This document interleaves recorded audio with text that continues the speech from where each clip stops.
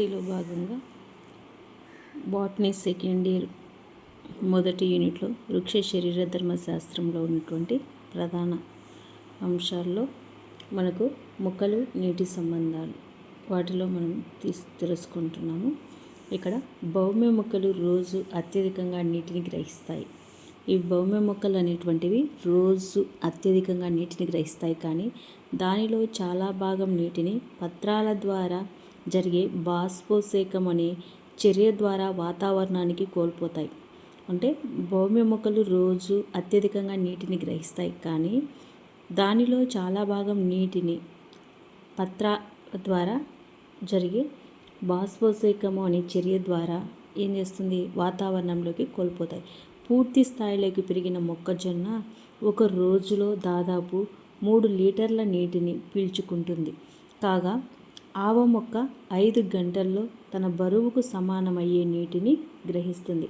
అత్యధికంగా ఉన్న ఆవశ్యకత కారణంగా నీరు మొక్కల పెరుగుదలకు, ఉత్పాదకతలకు, వ్యవసాయంలో సహజ వాతావరణంలో తరచుగా అవధికారమైన ఉంటుందనడంలో ఆశ్చర్యం ఏమీ లేదు. ఇక్కడ మనకు వచ్చేసరికి ఈ భౌమ్య మొక్కల్లో తీసుకున్నప్పుడు ఏ విధంగా జరుగుతున్నాయి అంటే, మొక్కజొన్న ఒక రోజులో దాదాపు 3 లీటర్ల నీటిని పీల్చుకుంటుంది. అదే ఆవ మొక్క అయితే 5 గంటల్లో తన బరువుకు సమానమయ్యే నీటిని గ్రహిస్తుంది. అత్యధికంగా ఉన్న ఆవశ్యకత కారణంగా నీరు మొక్కల పెరుగుదలకు, ఉత్పాదకతలకు, వ్యవసాయంలో సహజ వాతావరణంలో తరచుగా అవధికారమైనగా ఉంటుందనడంలో ఆశ్చర్యమేమీ లేదు. ఇక్కడ మనకు నీటి శక్మము, ఇక్కడ నీటి సంబంధాల్లోనే నీటి శక్మము. మొక్క నీటి సంబంధాలను అవగాహన కొరకు కొన్ని ప్రామాణికమైన అంశాలను అర్థం చేసుకోవాల్సి ఉంటుంది. ఇక్కడ మనకు మొక్క నీటి సంబంధాల అవగాహన కొరకు కొన్ని ప్రామాణికమైన అంశాలను అర్థం చేసుకోవాల్సి ఉంటుంది. ఇందులో మనకు నీటి శక్మము సైడ్ డబ్ల్యూ అనే సిద్ధాంతం నీటి చలనాన్ని తెలుసుకోవడానికి మౌలికము. ఇక్కడ ఈ నీటిలో మనకు వీటిలో ప్రధానంగా ప్రామాణికమైన అంశాలుగా తీసుకుంటే ద్రావిత శక్మము, పీడన శక్మము అనే 2 అంశాలు నీటి శక్మాన్ని నిర్ధారిస్తాయి. ఇక్కడ నీటి శక్మము 2 అంశాల మీద ఆధారపడి ఉంటుంది. ద్రావిత శక్మము, పీడన శక్మము. ద్రావిత శక్మాన్ని సై ఎస్తో సూచిస్తారు. పీడన శక్మాన్ని సై పి అనే 2 అంశాలు అనేటువంటి దాంతో సూచిస్తారు. నీటి అణువులు గతిజ శక్తిని కలిగి ఉంటాయి. ద్రవ వాయు రూపంలో ఉన్న నీటి అణువుల చలనము ఒడిగా స్థిరంగా ఉంటుంది. ఒక వ్యవస్థలో నీటి గాఢత ఎంత ఎక్కువగా ఉంటే దాని గతిశక్తి లేక నీటి శక్మం కూడా అంత ఎక్కువగా ఉంటుంది. అంటే స్వచ్ఛమైన నీటికి అత్యధిక నీటి శక్మం ఉంటుందనే విషయం స్పష్టం. నీరు కలిగి ఉన్న 2 వ్యవస్థలు సంపర్కం కలిగి ఉన్నప్పుడు నీటి అణువుల దిశారహిత చలనం వల్ల నీరు నికర అధిక శక్తి వ్యవస్థ నుంచి అల్పశక్తి వ్యవస్థలోకి చేరుతుంది. అంటే నీరు అధిక నీటి శక్మం కలిగి ఉన్న వ్యవస్థ నుంచి అల్ప నీటి శక్మం ఉన్న వ్యవస్థలోకి చేరుతుంది. ఈ విధముగా పదార్థాలు స్వేచ్ఛా గాఢత ప్రవణతకు దిగుడుగా జరిపే చలనమునే విసరణం అంటారు. నీటి శక్మమును గ్రీకు సంకేతముగా సై లేదా సై చేత సూచిస్తారు.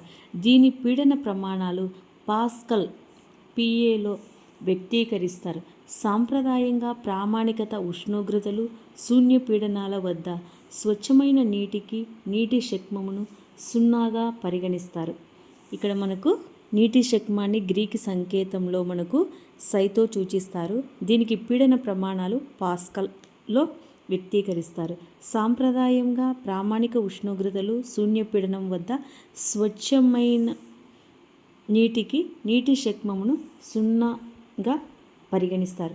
శుద్ధమైన నీటిలో ఏదైనా ద్రావితాన్ని కరిగించినప్పుడు ఆ ద్రావణంలో నీటి అణువుల సంఖ్య, నీటి గాఢత తగ్గిపోయి నీటి శక్మము తగ్గుతుంది. కాబట్టి ద్రావణాలు అన్నీ శుద్ధమైన నీటితో పోల్చితే తక్కువ నీటి శక్మాలు కలిగి ఉంటాయి. ద్రావితాన్ని కలుపుతున్న కొద్దీ నీటి శక్మంలో ఏర్పడుతున్న తగ్గుదలను ద్రావిత శక్మము లేదా సైఎస్ అని అంటారు. ఇక్కడ మనకు నీటి శక్మంలో ద్రావిత శక్మం విలువ ఎప్పుడు రుణాత్మకంగానే ఉంటుంది. ద్రావిత అణువుల సంఖ్య పెరిగే కొద్దీ ద్రావిత శక్మము సైఎస్ తస్తమానంగా తగ్గుతుంది, అంటే ఎక్కువ రుణాత్మకత అవుతుంది.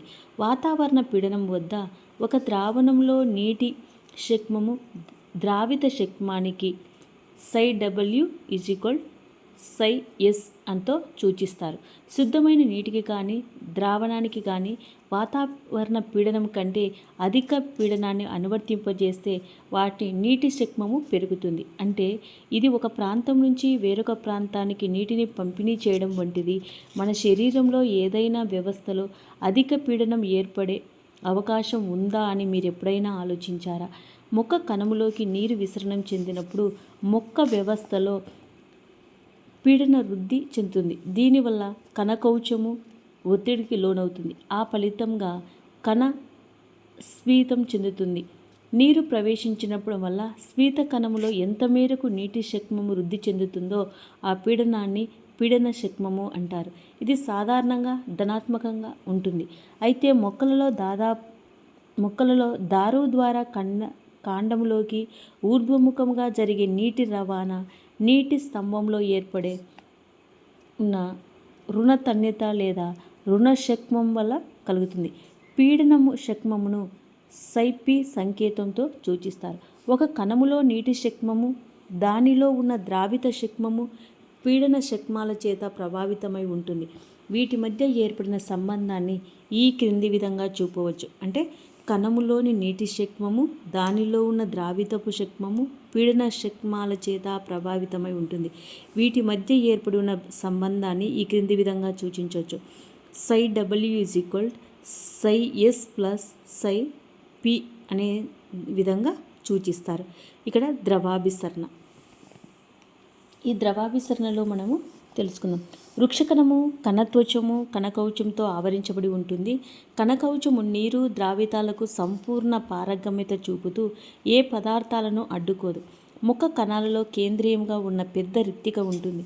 దీనిలో నిడివి ఉన్న కణరసం ద్రావిత శక్మాన్ని ఏర్పరుస్తుంది. వృక్ష కణాల పదార్థాల చలన కణము లోపలికి వెలుపలికి జరగడానికి కణత్వచము రిక్తికాత్వచము నిర్దేశిస్తాయి. ఒక భేదక పారగమ్య లేక అర్ధ పారగమ్య త్వచం ద్వారా నీరు ఒక ప్రాంతం నుంచి వేరొక ప్రాంతానికి ప్రయాణించే ప్రక్రియను ద్రవాభిసరణము అంటారు. ఈ చర్య ఒక ప్రత్యేక బలము వల్ల నడిచే యాంత్రిక చర్య. ద్రవాభిసరణ నికర దిశ, వేగం, పీడనాల ప్రవణత, గాఢతల ప్రవణతపై ఆధారపడి ఉంటుంది. అంటే ఇక్కడ మనకు ఒక చర్య ఒక ప్రత్యేకమైన బలము వల్ల నడిచే యాంత్రిక చర్య. ఈ ద్రవాభిసరణ నికర దిశ, వేగము, పీడన ప్రవణత లేదా గాఢతల ప్రవణతపై ఆధారపడుతుంది. మొక్కలలో నీరు సాధారణంగా ద్రవాభిసరణ పద్ధతిలో చేరుతుంది. అది గాఢతా ప్రవణతలను అనుసరించి జరుగుతుంది. కాబట్టి జీవక్రియ శక్తి అవసరం ఉండదు. అంటే నిష్క్రియ శోషణ. నీటి గమనము అధిక రసాయన శక్మము గాఢత ప్రాంతం నుంచి అల్ప రసాయన శక్మం ప్రాంతం వైపునకు సమతాస్థితిని చేరే వరకు జరుగుతుంది. సమతాస్థితిని చేరినప్పుడు రెండు గదులలో నీటి శక్మం సమానంగా ఉంటుంది.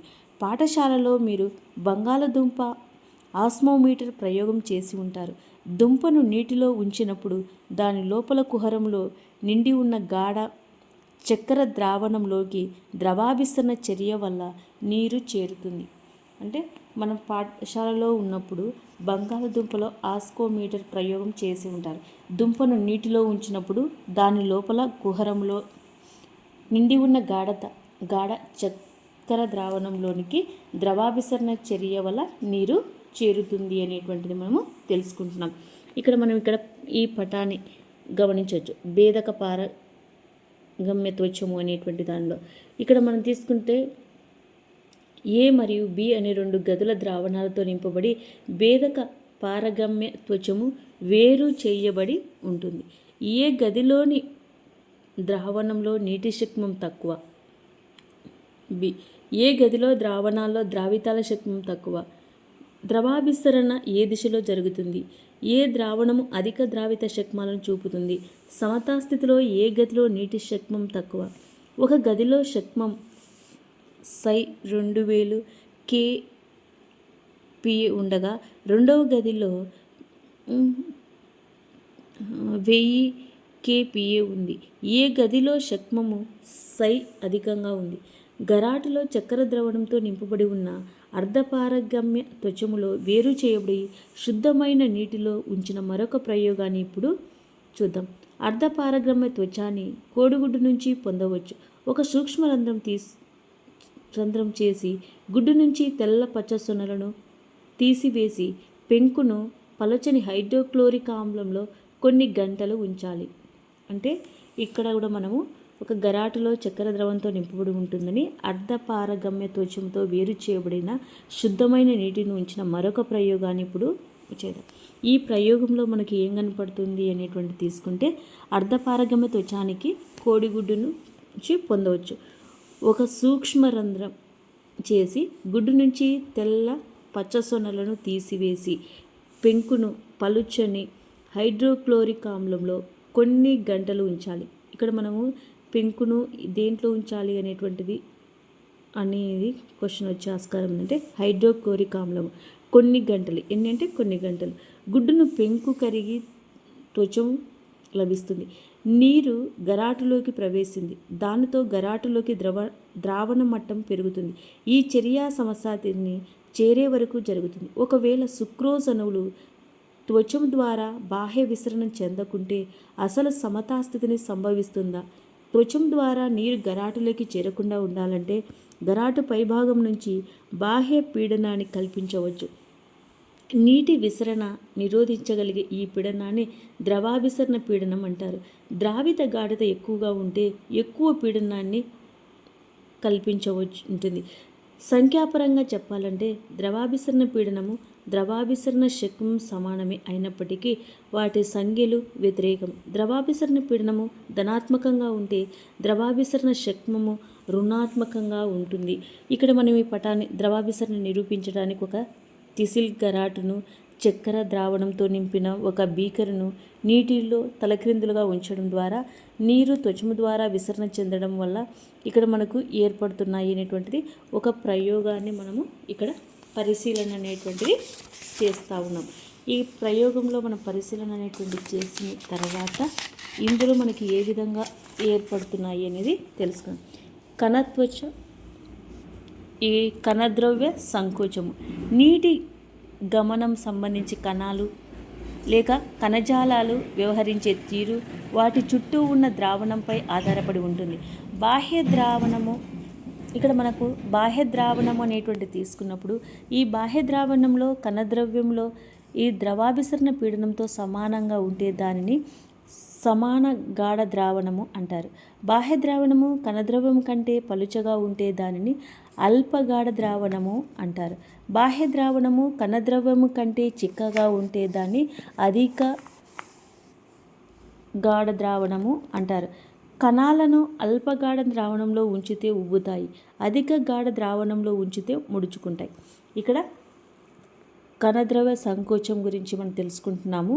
నీటి గమనానికి సంబంధించి కణాలు లేక కణజాలాలు వ్యవహరించే తీరును వాటి చుట్టూ ఉన్న ద్రావణంపై ఆధారపడి ఉంటుంది. అంటే ఇక్కడ మనం కణద్రవ్య సంకోచంలో తీసుకున్నప్పుడు కణాలు లేదా కణజాలాలు వ్యవహరించే తీరును ఎలా ఉంటుందంటే వాటి చుట్టూ ఉన్న ద్రావణంపై ఆధారపడి ఉంటుంది. బాహ్య ద్రావణము కణద్రవ్యంలో ఉన్న ద్రవాభిసరణ పీడనంతో సమానంగా ఉంటే దానిని సమాన గాఢ ద్రావణము అంటాం. బాహ్య ద్రావణము కణద్రవ్యం కంటే పలుచగా ఉంటే దాన్ని అల్పగాఢ ద్రావణము అంటున్నాం. బాహ్య ద్రావణము కణద్రవ్యము కంటే చిక్కగా ఉంటే దానిని అధిక గాఢ ద్రావణము అని అంటా ఉన్నాం. కణాలు అల్పగాఢ ద్రావణములో ఉంచితే ఉబ్బుతాయి, అధిక గాఢన ద్రావణంలో ఉంచితే ముడుచుకుంటాయి. ఇక్కడ మనకు ఆ విధంగా ఉన్నాయి. కణాల నుంచి నీరు బయటికి వెళ్ళినప్పుడు కణత్వచము కణకవచం నుంచి విడిపోయి కణద్రవ్య సంకోచం జరుగుతుంది. కణాన్ని లేక కణజాలాన్ని ఎక్కువ ద్రావితాలు గల అధిక గాఢతా ద్రావణంలో ఉంచినప్పుడు ఈ చర్య జరుగుతుంది. కణద్రవ్యంలో నీరు ముందుగా పిదప రెక్టికలోకి నీరు బయటకు వెళుతుంది. ఈ విధంగా కణములోనికి నీరు విసరణ ద్వారా తొలగించడం వల్ల జీవ పదార్థం కవచం నుంచి విడిపోయి ముడుచుకుంటుంది.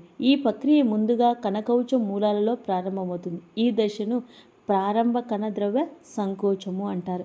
కణాన్ని దీర్ఘకాలం పాటు అధిక గాఢ ద్రావణంలో ఉంచితే కణద్రవ్యం పూర్తిగా ముడుచుకుంటుంది. అట్టి కణాన్ని కణద్రవ్య సంకోచం అంటున్నాం. ఇక్కడ కణద్రవ్య సంకోచం అంటే ఏమిటి అంటే, ఒక కణాన్ని దీర్ఘకాలం పాటు అధిక గాఢ ద్రావణంలో ఉంచితే కణద్రవ్యం అనేటువంటిది పూర్తిగా ముడుచుకుంటుంది. అట్టి దాన్నే కణద్రవ్య సంకోచం అంటున్నాం. సంకోచం చెందిన కణం అంటారు. ఇక్కడ త్వచం ద్వారా నీరు అధిక నీటి శక్మ ప్రాంతము, కణము నుంచి తక్కువ నీటి శక్మ ప్రాంతం అంటే కణము వెలుపలలో గమనం చెందుతుంది. కాబట్టి సాధారణంగా జీవకణాలు అధిక గాఢ ద్రావణంలో ఉంచినప్పుడు స్లదం చెందుతాయి. అలాంటి కణాలలో పీడన శక్మం 0 అవుతుంది. కాబట్టి నీటి శక్మము ద్రావిత శక్మంతో సమానమవుతుంది. psi W = psi S అనేటువంటిది మనకి ఇక్కడ స్వీతన కణము, ప్రారంభ కణ సంకోచము, కణద్రవ్య సంకోచం చెందిన కణము అనేటువంటివి మనం ఇక్కడ ఏం చేస్తున్నాము, ఈ బొమ్మలు అనేటువంటివి చూస్తూ ఉన్నాం. ఇక్కడ ఈ కణద్రవ్య సంకోచం చెందిన కణాల్లో కణకవచాన్ని ముడుచుకోపోయి కణద్రవ్యానికి మధ్య ఏర్పడిన ప్రదేశం ఏమి ఆక్రమించుకుంటుంది. కణద్రవ్య సంకోచం ఒక ఆసక్తికరమైన దృగ్విషయమైనప్పటికీ కొన్ని ప్రత్యేకమైన తీవ్ర నీటి ఎద్దడి లేదా క్షార వాతావరణంలో తప్ప సాధారణంగా జరగదు. నిల్వ చేసిన పచ్చళ్ళు, ఎండిన ఉప్పు చేపలు, ఉప్పు పట్టిన మాంసము మొదలైనవి ఈ చర్యకు చక్కని ఆచరణీయమైన ఉదాహరణలు. ఇక్కడ కణద్రవ్య సంకోచానికి మనం తీసుకున్నప్పుడు ఒక ఆసక్తికరమైన దృగ్విషయమైనది ఉంది. ఇక్కడ వీటిలో మనకు ఉదాహరణగా తీసుకుంటే నిల్వ చేసిన పచ్చళ్ళు, ఎండిన ఉప్పు చేపలు, ఉప్పు పట్టిన మాంసం మొదలైనటువంటి ఈ చర్యకు, ఏ చర్యకు, కణద్రవ్య సంకోచ చర్యకు ఉదాహరణలుగా మనము తీసుకుంటాం. ఈ కణాన్ని మనకి ఇక్కడ ఉన్నటువంటి కణాన్ని తీసుకున్నప్పుడు ఈ కణాన్ని లేదా కణజాలాన్ని సమాన గాఢ ద్రావణంలో ఉంచినప్పుడు కణము లోపలికి కానీ వెలుపలికి కానీ నీటి చలనము జరగదు. బాహ్య ద్రావణము కణద్రవ్యంలోనికి ద్రవాభిసరణ పీడన సమానం. అందుచేతే ఈ రెండు వ్యవస్థలు సమతాస్థితిని పొంది ఉండి సమాన గాఢంగా ఉంటాయి. కాబట్టి వీటి మధ్య నికరంగా నీటి గమనం 0. కణద్రవ్య సంకోచం సాధారణంగా ఒక ద్విగత చర్య. కణాలను అల్పగాఢ ద్రావణంలో ఉంచినప్పుడు కణద్రవ్యంతో పోల్చినప్పుడు పలుచని ద్రావణం లేక అధిక నీటి శక్మం గల ద్రావణము నీరు కణములోనికి విసరణం చెంది కణద్రావ్యంలో పీడనం ఏర్పడి కవచంపై ఒత్తిడి కలిగిస్తుంది. దీనిని స్వీత పీడనము అంటారు. నీరు ప్రవేశించడం వల్ల జీవ పదార్థకాలు ఏర్పరిచే పీడనము దృఢమైన కవచాలపై ఒత్తిడి కలగజేస్తుంది. దీనిని పీడన శక్మము అంటారు. కణకవచాలు దృఢంగా ఉంటాయి కాబట్టి కణము పగలదు. అంతిమంగా కణ వ్యాకోచము, కణవృద్ధి, కణం పెద్ద పరిమాణాన్ని పొందడం వంటి చర్యలన్నీ స్వీత పీడనం వల్ల సంభవిస్తాయి. ఇక్కడ మనం జంతు కణాలు అల్పగాఢ ద్రావణంలో ఉంచినప్పుడు ఏం జరగదు, అవి పగులుతాయి. ఎందుకు?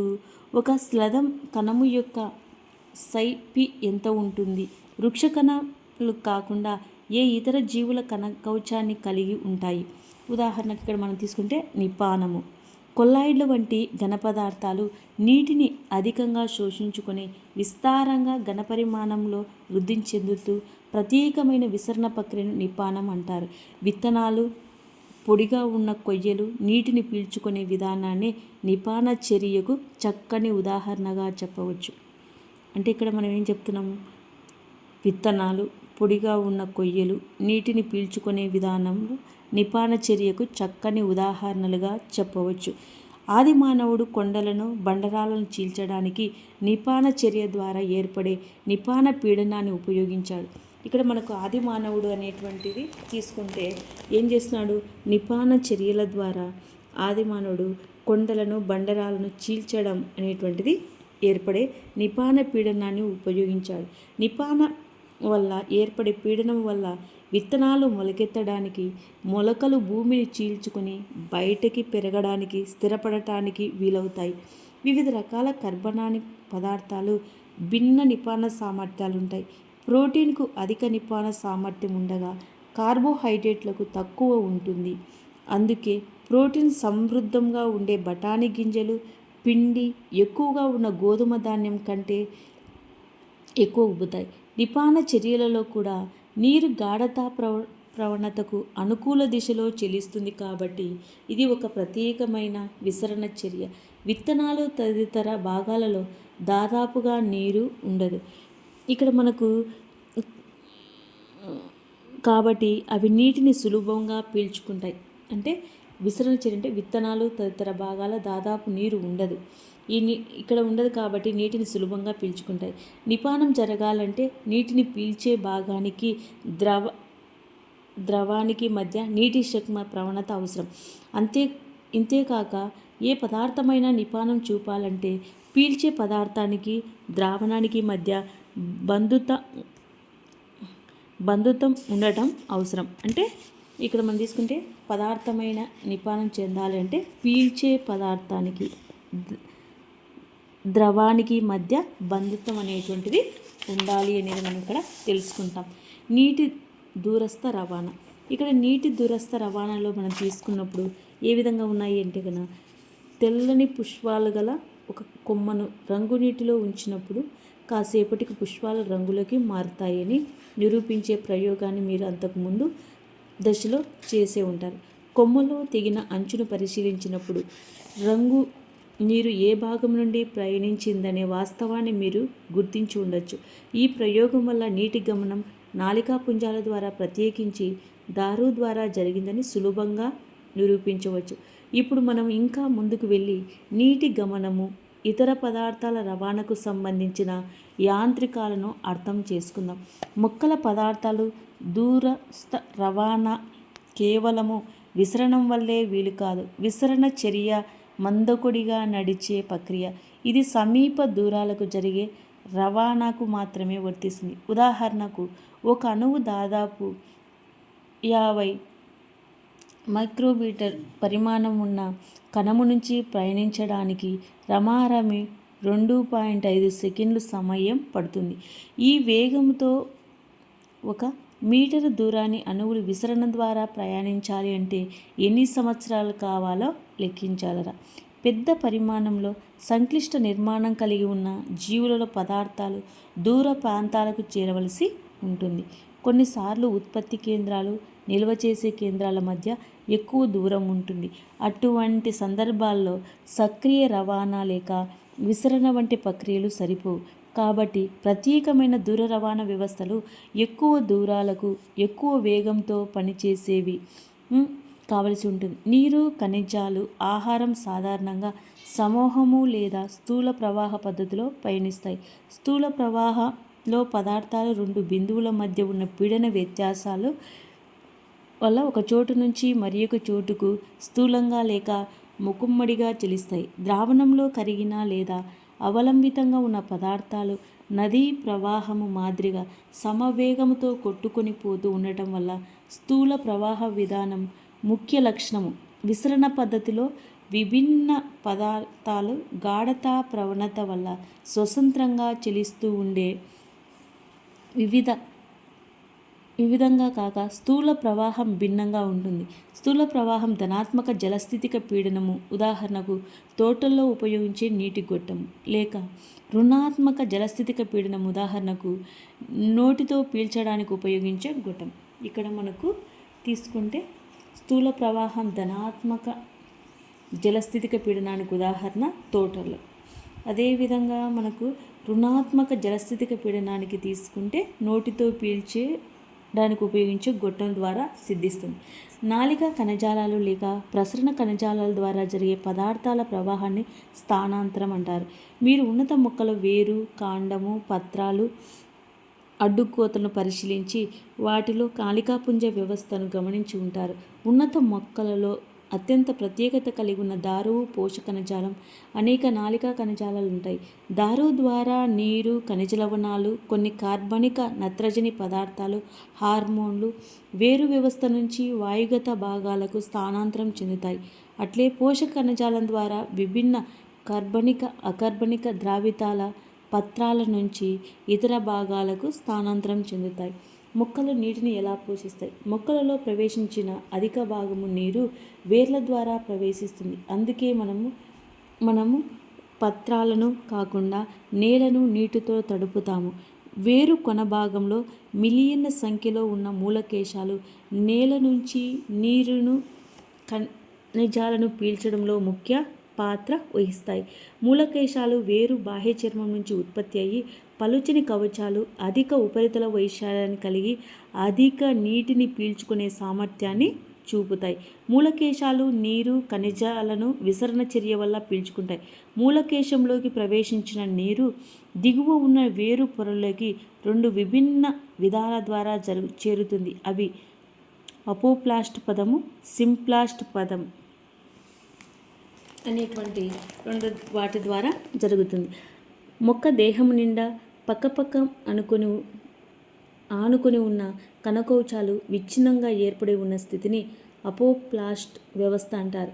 వేరు అంతఃచర్మంలోని కాస్పేరియన్ బద్దీలు తప్ప మిగతా భాగాలన్నీ అపోప్లాస్ట్ వ్యవస్థను ఏర్పరుస్తాయి. ప్లాస్ట్ నీటి చలనం కేవలం కణాంతర అవకాశాలకు కణకవచాల ద్వారా మాత్రమే జరుగుతుంది. దీనిలో నీరు కణత్వచాన్ని దాటదు. ఈ చలనాన్ని ప్రవణతపై ఆధారపడి ఉంటుంది. అపోప్లాస్ట్ వ్యవస్థలో నీటి గమనానికి ఎలాంటి అవరోధాలు ఉండవు. నీరు, ఖనిజాలు చలనము, స్థూల ప్రవాహము ఉంటుంది. నీరు ఆవిరవుతున్న కొద్దీ కణాంతర అవకాశాల్లో వాతావరణంలో అవిచ్ఛిన్నంగా ఏర్పడి ఉన్న అపోప్లాస్ట్ నీటి ప్రవాహంపై తన్యత కలుగుతుంది. కాబట్టి నీటికున్న సంజనన, అసంజనన ధర్మాల వల్ల స్థూల ప్రవాహం జరుగుతుంది. ఇక్కడ మొక్కల దేహంలో మనం ఇక్కడ ఈ వేరులో నీరు గమనం చెందే పదం అనేటువంటి వాటి ఈ చిత్రం ద్వారా మనము గమనించవచ్చు. మొక్క దేహంలో కణానికి మధ్య ఏర్పడి ఉన్న ప్రోటోప్లాస్టులను అంతర్జాల వ్యవస్థను సింప్లాస్ట్ అంటారు. కణద్రవ్య బంధాల ద్వారా పక్కపక్క కణాలు అనుసంధానించబడి ఉంటాయి. సింప్లాస్ట్లో చలనంలో నీరు కణాలు లోనికి కణత్వచాన్ని దాటి లోపలికి చేరవలసి ఉంటుంది. అందుకే సింప్లాస్ట్ చలనము సాపేక్షంగా మందగమనంగా ఉంటుంది. ఈ చలన శక్మము ప్రవణతకు అనుకూల దిశలో జరగదు. అనేది చలన దశకు అనుకూలంగా జరగదు అనేటువంటిది మనం ఇక్కడ చూస్తూ ఉన్నాం. ఇందులో మనకు వచ్చేసరికి దీని కణద్రవ్య వహనం ప్రోత్సహిస్తుంది. ఐడ్రిల్లా పత్ర కణాల్లో మీరు కణద్రవ్య వహనం గమనించి ఉంటారు. దీనివల్ల హరిత రేణువులు భ్రమణం చెందడం కూడా మనము ఇక్కడ చూడవచ్చు. వీటిలో మనకు ఈ వేరులో సాధారణంగా నీరు అపోప్లాస్ట్ విధానంలో చెల్లిస్తుంది. వల్కలంలో కణాలు వదులుగా అమర్చబడి నీటి గమనానికి ఎలాంటి అవరోధం లేకుండా చేస్తాయి. అయితే ఉలకలం లోపల అధచర్మ పొర కణాలు సుబారిన్ మాత్రిక చేత ఏర్పడి కాస్పేరియన్ బద్దీల చేత ఏర్పడటం వల్ల నీటికి అపారగమ్యత చూపిస్తాయి. కాబట్టి నీరు అంతఃచర్మ పొర ద్వారా పయనించలేదు. అయితే నీరు సుబారిన్ రహిత కవచ ప్రాంతాలు మళ్లింపబడి కణత్వచాల ద్వారా కణములోకి ప్రవేశిస్తాయి. తదుపరి నీరు సింప్లాస్ట్ ద్వారా పయనించి త్వచాన్ని దాటి దారు కణజాలంలోకి ప్రవేశిస్తుంది. కాబట్టి వేరు పొరలలో నీటి గమనము అంతఃచర్మంలో మాత్రమే సింప్లాస్ట్ విధానంలో జరుగుతుంది. నీరు ఇతర ద్రావితాల ప్రసరణ స్తంభంలోకి ఈ విధానంలో పయనించవచ్చు.